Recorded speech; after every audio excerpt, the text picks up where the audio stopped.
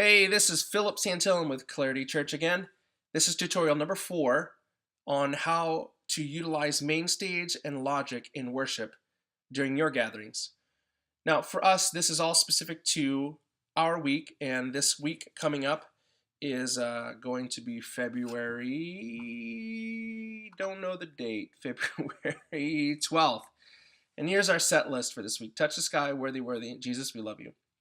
Now, this week, I'm going to do something a little different than we've regularly done.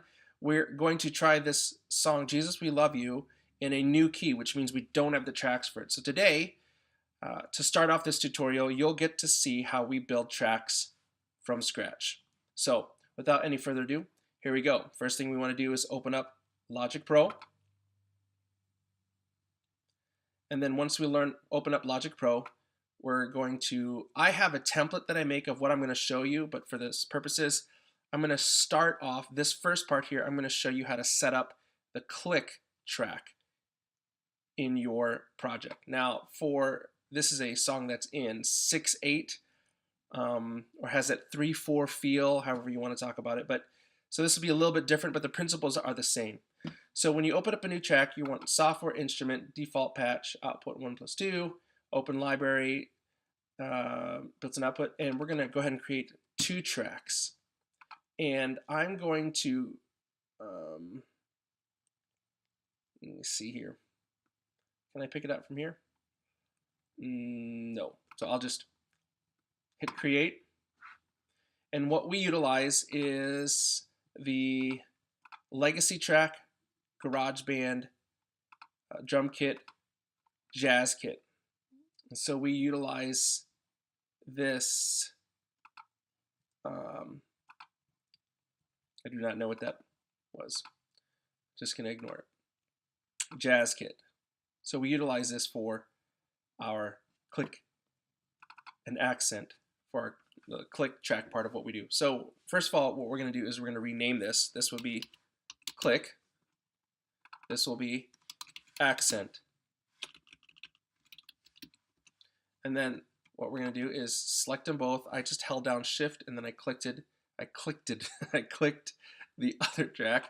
Right click, and then we're going to create a stack track, a summing track.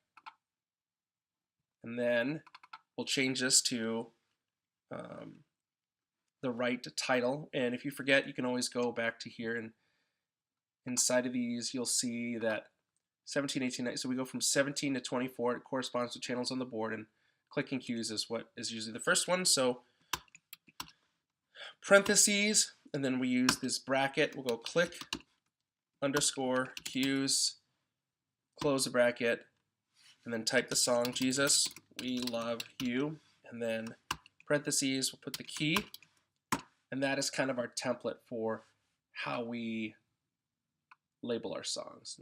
Pull this out so you can see that.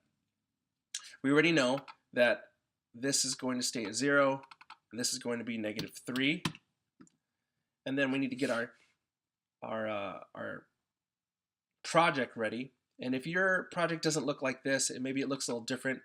It might be because your preferences aren't correct. So you kind of need to go in your preference, or you have to go in your preferences and make sure Show Advanced Tools is on, and then have all these on. I don't have surround on just because we don't utilize surround sound, but you could turn it on if you want, have those tools available. But if you don't have these turned on, basically Logic looks like GarageBand, see? And so you want to turn that on, and all of a sudden, wow, it looks like a great program. Click out of here. I like the custom view. The custom view has all this in here, so I just leave that in there. And then I know based on Pro Presenter 116, and I know this already. We do this at 116, and then I change the time signature to 6/4. All right. Now it's really, really important that you make sure your marker is at the beginning, because if you don't have it at the beginning and you have it here, watch what happens when you make a change. So for instance, where is? Oh, I need to customize this. I need where's the key signature. There you go. I need that in there too. So watch what happens when I change it here. So you have to, if you want it to affect the rest of the song, when you make changes up here, it changes from that point on forward. So we have to make sure we change it here, E major. Now everything looks good. Once I have everything done, I'll just take this off. I'll hide it. I don't need it. That off. And then I take arrangement off. I leave marker in because markers are how we tell MainStage the different parts of the song. And it'll make more sense later if you don't have experience with it. So what we'll do, first thing is save, right? Always save your project because projects like these, you work really hard and then you get to a point and then the thing crashes and you just want to pull your hair out. So I'm going to save this, and how we do this, we do it is we type in the name of the track, Jesus, we love you, underscore, we do this time signature, and then we do the key. And then we make sure that we have a package, and then all of these are clicked. We just save all the files contained in the file. It makes for bigger files, but if I ever want to pass this file on to someone else, it has all the files they need to make sure that it works well for them. So anyways, here we go. We are going to now create the click. So first we need to pull up the keyboard window. You can either go to Window, Show Musical Typing, or Keyboard, or you just hit Command K, which is what I did. I like this look, which is the musical typing. Then you can use your keyboards, hit A, SD, and you can use your keyboard as a piano keyboard. So the first thing we want to do is find the click sound, which is, I already know it's at the octave. It's a C4 octave. C2 octave is middle C, for those of you who know that kind of thing. So we're just going to move the octave. That's what this shift does, to C4, and I know that it's D and F. So this sound is a wood block. That's our downbeat, is our offbeat. And so simply all I'm going to do is just go here and then hit record. Oh, I should turn on the click first so I can hear that. And then I have 1, 2, 3, 4. It'll give me a 4 count in before it starts. I find that it's helpful. If you're super quick and you can do it, then kudos to you. But here we go.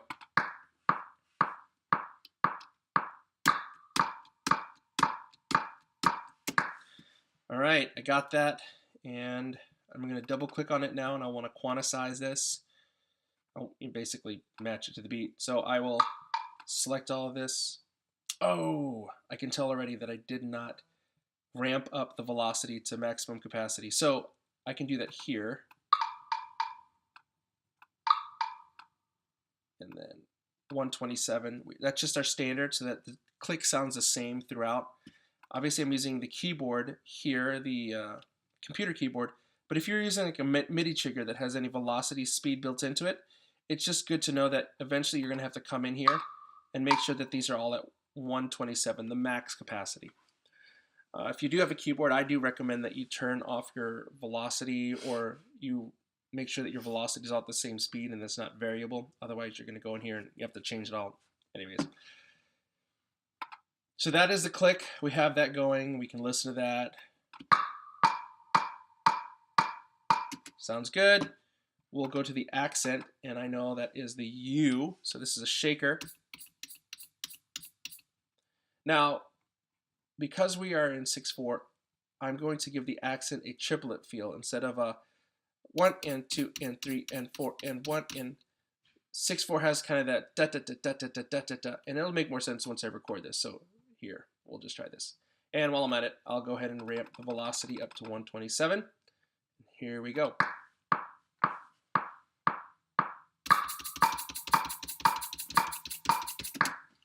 All right. So I'm going to select all of that, and I'm going to swing it. Well, not swing, it's a triplet 8th note feel. And then I don't want it to sound so mechanical. So here's what it sounds like now. Turn this off. Okay, that's kind of annoying. So what I'll do is I take the second one, second beat. I'm just holding down Shift and selecting these. And then I'm going to drop this down to 100. And then these, the third ones, I'm going to drop this down to 90. And that should sound a little bit more natural.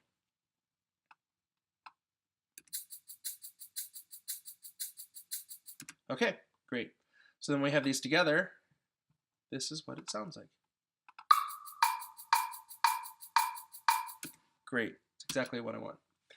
I also need to change something real quick. If you were listening to that, you could hear all the reverb. I don't need any reverb or anything like that. So automatically when I pick these tracks, it gives me all these different buses, and I don't have time to explain it. But basically what I want to do is I want to go over here and I turn off all the sends. And then I can take this small chamber and large chamber.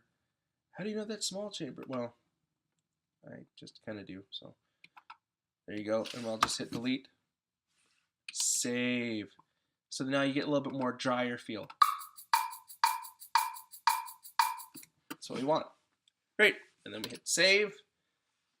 And that is how we get started on the click and cues for a track. And I'll stop it here and we'll continue on in the next video.